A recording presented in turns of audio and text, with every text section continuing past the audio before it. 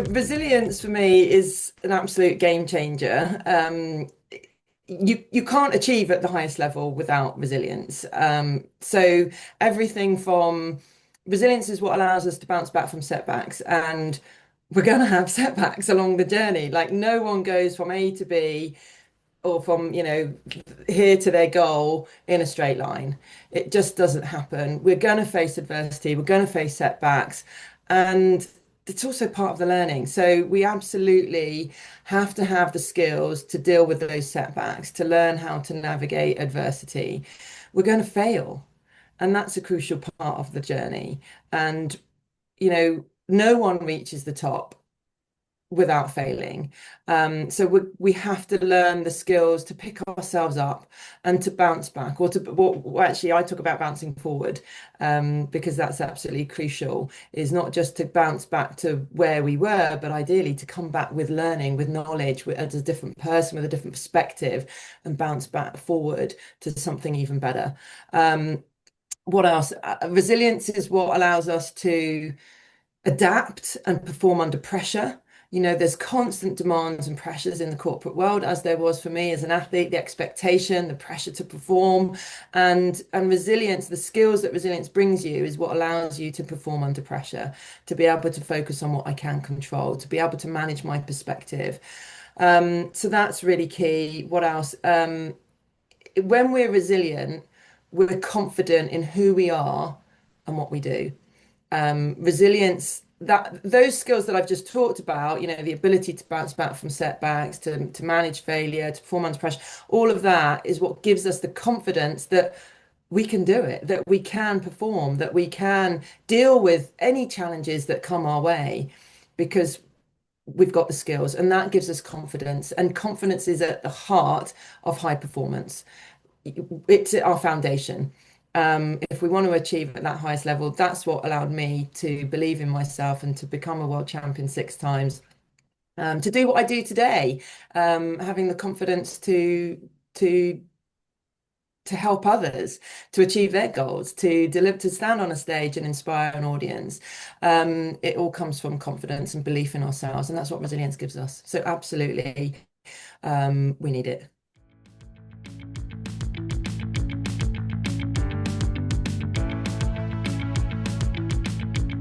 So absolutely, resilience, we need it if we're going to be exceptional. As I just described, we need those skills, that ability to learn from failure, to bounce back, the confidence, all of that is essential to be exceptional. And yes, the good news is it can be taught. It's not something that we're just born with. It's not an innate skill. It is something that we learn and develop from the process of being, of having, facing those setbacks, of having those failures. If no, the goal isn't to reach the top free of failure, because we would, there's people that, like we've got parents who try and protect their kids from failure or from any kind of adversity or hardship. They are going to be so unresilient. We need to have those experiences to build our resilience, and that's what we're learning, and it's something that we can practice. For me, resilience is a trait. It's a muscle that we build, just like building a muscle in the gym, and we need to go and work on it every single day. And we can do that, by learning those skills, by developing them and practicing them regularly, by putting ourselves into challenging situations, getting out of our comfort zone, not being afraid to fail. That's what helps us to build our resilience, and we can practice that proactively all the time.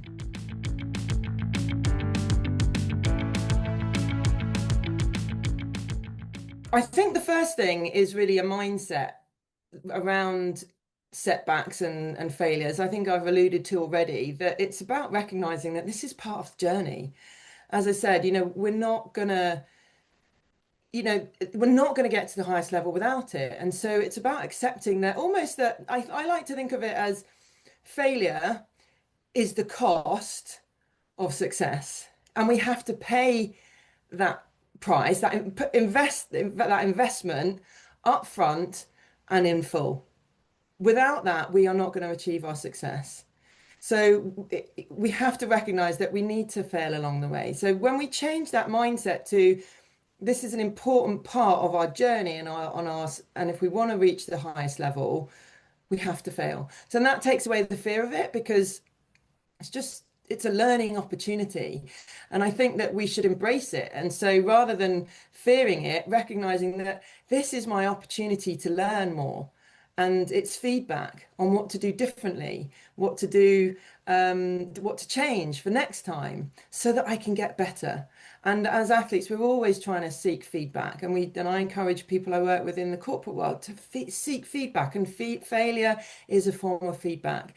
So I think it's about changing the mindset around the fear of failure, and focusing on what we can gain from it, that it's a learning opportunity. Likewise, with whether we're talking about setbacks or failure, it's the same thing. They're going to happen, and the only thing we can do with them is learn from them. And failure, rejection, it shouldn't define us, it should refine us. It should help us to, I think about rejection as redirection. It's just the clues, the things we learn from it are our opportunity to go in a different direction, to change the path because what we're doing isn't working. So it's just, yeah, it's about mindset. And then I think that it's about really also gathering, if I want to give you a tip, it's about gathering the people around us who can help us learn from it as well.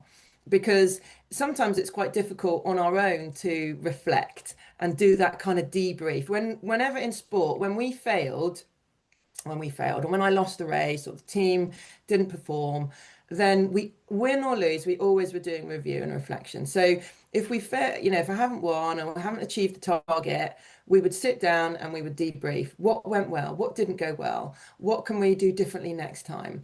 And we're talking really openly and honestly about what happened and why it happened. We're digging deep. We're not being afraid to admit that, there's races I did where I made mistakes, or the strategy wasn't right, the race plan, the tactics.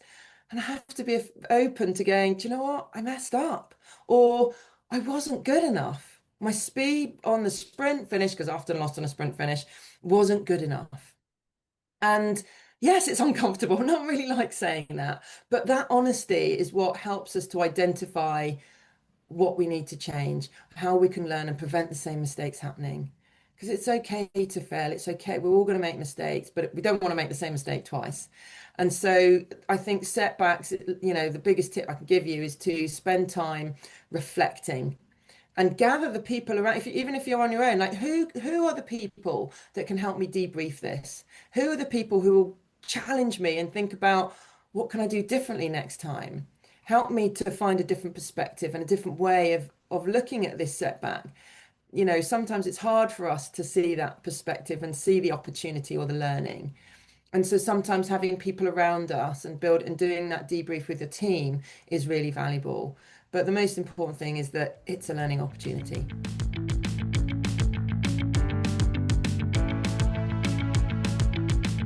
Short answer, no. Absolutely no. So I thoroughly believe that our health is our wealth. And I know that because I suffered from chronic fatigue syndrome when I was at the peak of my career. I was 25 years old. I was a three-time world champion. I was an Olympian, and I was struck by chronic fatigue syndrome. I was then out of my sport for 2 years. I was told that there's no cure, there's no treatment, that I would never race again. And I literally went from highest level to rock bottom. And it was devastating, obviously. It was, being told that that we can't help you and that we don't think you'll ever race again. I'm like, what am I going to do? It was scary. What if the doctors are right? What if I'll never get better? And then there's all the self-doubt and the self-pity and the misery and, the devastation, like why me? Why now? All of that. So my health took away my ability to perform. So that's why my answer in a really short way is no, you cannot perform at the highest level without taking care of your health and well-being. I literally couldn't hold my hands up here to wash my hair for more than 10 seconds. It was my muscles were too achy. I was devoid of energy. My in a permanent state of exhaustion, my muscles in intense pain. And so I learned a really tough lesson that without your health, you cannot excel. And it wasn't until I did eventually, luckily, find a solution and a treatment for the illness. I was able to recover, and I was able to return to my sport and again go on to win three further world titles and compete at the Olympic Games. Um, but like I said, I had to learn from that experience and come back and do things slightly differently. I needed to come back a stronger, better person with a different perspective. It wasn't about bouncing back to where I was because I was just going to go down the same path again. I needed to bounce back to something different to bounce forward. And and I learned about the importance of recovery. I had created this approach to my sport where I didn't build in enough time to really truly recover. I was busy going off in between training sessions to do an event for my sponsors, to do a radio interview, to work on my website, to look for other, all of this shiny, exciting stuff, but wasn't allowed. And whilst I'm not doing something physical, my mind's busy. I'm rushing from this place to that place. And it got to the point where those spaces, those gaps, those pauses, those moments that allow you to regenerate and recharge had disappeared in my life. And I think that many people in the corporate world are guilty of that. And, not taking the time to pause, to slow down, to recover in the working day. And I realized that in sport that we can't just double the hours of training that we do because we're already at the elite level, doing as much as you can in terms of volume of training. But what you can do is maximize recovery in order to maximize the intensity that you can give, the effort that you can put into each training session. If I recover really well, whether, physically, mentally, emotionally, between the training sessions, I can then give 100% in each training session. And that's how I improve performance.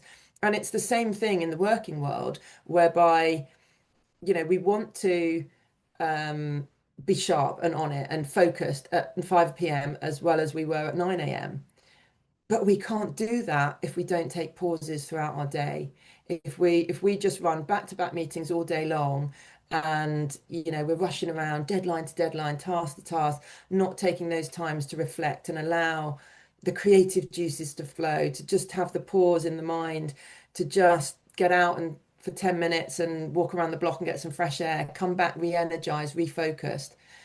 And so building, the people I coach, the audiences I speak to, it's a really, really important message that the pause, the recovery, I call it recovery, throughout your working day. This isn't recovery at the end of the day. At 8 o'clock tonight, I'm going to go to the gym. I'm going to, veg out in front of the TV. I'm going to wait till the weekend and I'm going to go to a spa. This is during the working day, building small snippets of recovery in.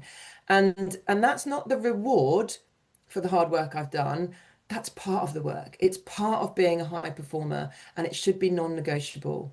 Unfortunately, the first things that we sacrifice when we're time short and we're lacking time, the first thing we sacrifice is those things that energize us, that nourish us, eating the right foods, taking time for a lunch break away from your desk, just having a 5-10 minute coffee break. Those are the things that nourish us and re-energize us, and if we don't build them in, then all we're left with is exhaustion.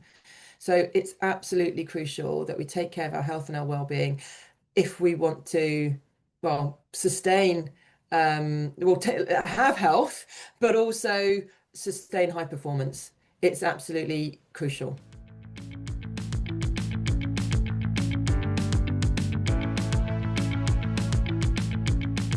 What allowed me to recover from chronic fatigue syndrome, not just physically, because that's not relevant to people, but mentally and emotionally was three things. And when we're facing adversity or disaster strikes and whatever that might be for each individual, there were three things. And it wasn't just as I described, it's a pretty horrendous situation that I faced, and it wasn't just a blind optimism that I'll get back. It was a realistic optimism, what I call it, and that's balancing harsh realities with hope. Um, and and so the first thing was that I focused on the facts. Yes, I was facing this miserable illness. But I was told that there was no treatment, but I discovered through my research that there was recovery strategies. People were recovering from this illness. They just weren't widely known. And rather than focusing, I deliberately chose not to focus on the stories of people who were bedbound by this illness for years. And instead, I focused on the recovery stories, the people who found solutions. So rather than focusing on the problem, I was focusing on the solution, and I focused on objective facts.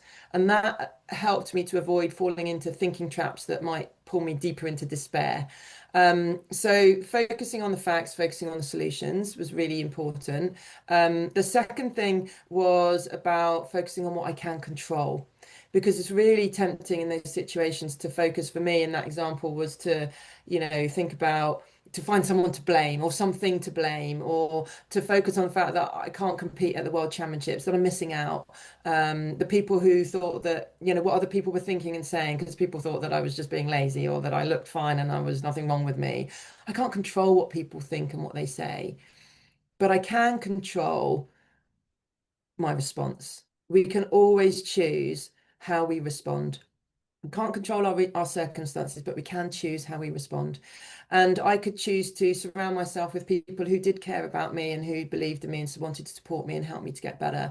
I could choose to focus, as I said, on solutions rather than problems. I could choose to use my dreams, my ambitions, that my desire to get back to the highest level and fulfill my dreams in my sport. That to remind me, to fuel my motivation, to remind me why the struggle was going to be worth it. When we have that purpose and that reason to keep going, that's really powerful. And I could choose to focus on that. So focusing on what we can control rather than what we can't when we're facing setback, really crucial. So then the third one was hope, because I needed to get back on the water, and this isn't just wishful thinking. This is a belief that positive outcomes are possible. And I had a strong belief, having focused on those recovery stories, that I could get better. And I had to believe there was no option for me to believe that I wouldn't get better. I had to believe that I would return to my sport and I would race again. And that played a crucial role. It really did. Because without hope, we have nothing. So in those really dark situations, we're facing adversity and setback. We need to focus on the facts, focus on what we can control, and focus on maintaining hope. And those three things really help us to not to stay positive, but not in an artificial way, but in an authentic way that allows us to navigate challenges, and embrace challenges and change whilst believing in our ability to overcome them. So that's my tip, or three tips.